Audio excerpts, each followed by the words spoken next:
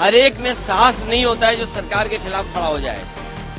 सरकार के खिलाफ खड़े होने में साहस चाहिए। ये बात कौन नहीं जानता है कि भारतीय जनता पार्टी जीतने के लिए कोई भी हथकंडा अपनाएगी।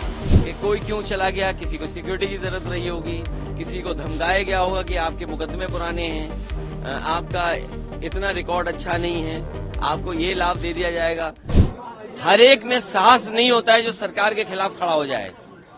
सरकार के खिलाफ खड़े होने में साहस चाहिए और दबाव तो हर एक पे बनाया जाता है। ये बात कौन नहीं जानता है कि भारतीय जनता पार्टी जीतने के लिए कोई भी हथकंडा अपनाएगी।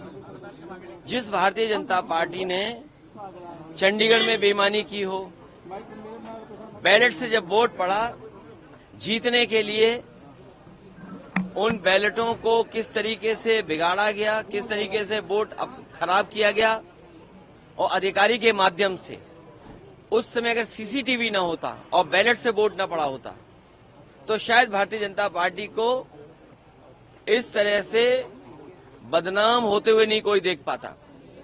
जहां तक यूपी का सवाल है, राज्यसभा के चुनाव में भारतीय जनता पार्टी ने सब कुछ किया है वोट लेने के लिए, और जो लोग गए हैं उनमें साहस नहीं रहा होगा सरकार के खिलाफ खड़ा होने में। देखिए, कार्रवाई निश्चित होगी, क्योंकि पार्टी के जितने भी हमारे साथी हैं उनका मानना है कि ऐसे लोगों को दूर कर दीजिए। अभी तक तो कद्दावर नेता लग रहे थे, लेकिन कद्दावर नेता निकले नहीं, ये बात समझ में आ गई।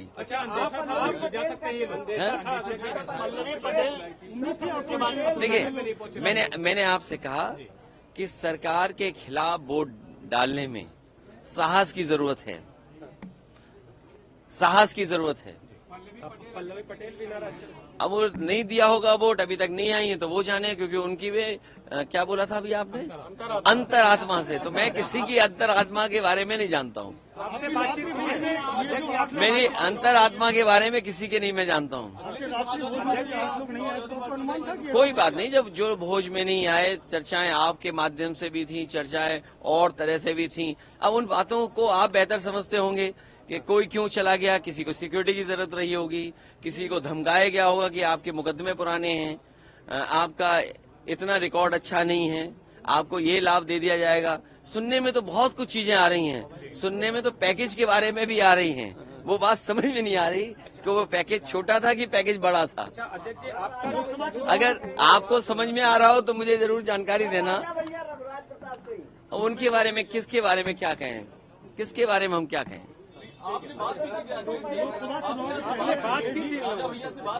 आपके यहाँ से, आप प्रदेश अध्यक्ष ने बात। देखिए, कई बार कुछ लोग, कुछ होता है खबरों में रहने के लिए। देखिए, लोकसभा चुनाव जो उत्तर प्रदेश का होने जा रहा है, वो उत्तर प्रदेश की जनता देख रही है।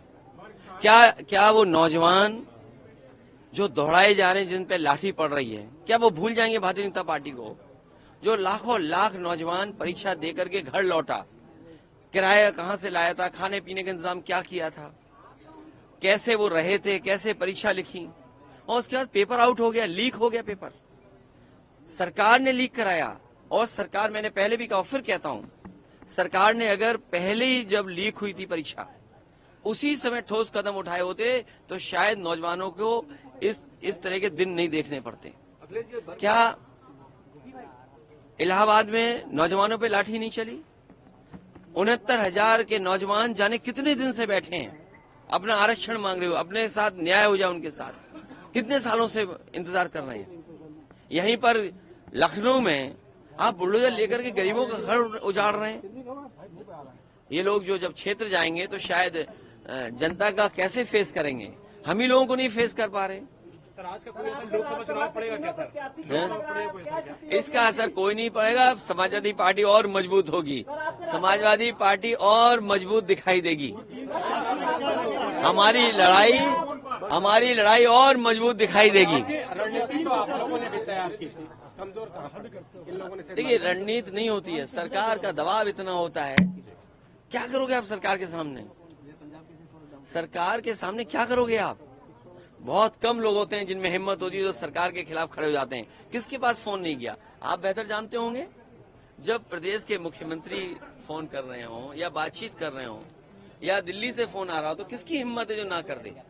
अभी क्या स्टेटस देख पा रहे हैं तीनों प्रत्याशी? उम्मीद है समाजवादी पार्टी को भी अंतरात्मा पे लोगों ने वोट दिया होगा। आप लोगों को वोट मिला होगा सर? आपको वोट मिला होगा? नहीं, हमने किसी से अप्रोच नहीं किया है। ये हमारे काम करने का तरीका नहीं कि अप्रोच करें। अच्छा, हम पे देने को क्या है भाई? हम पे देने को क्या है जो हम किसी पे अप्रोच करें?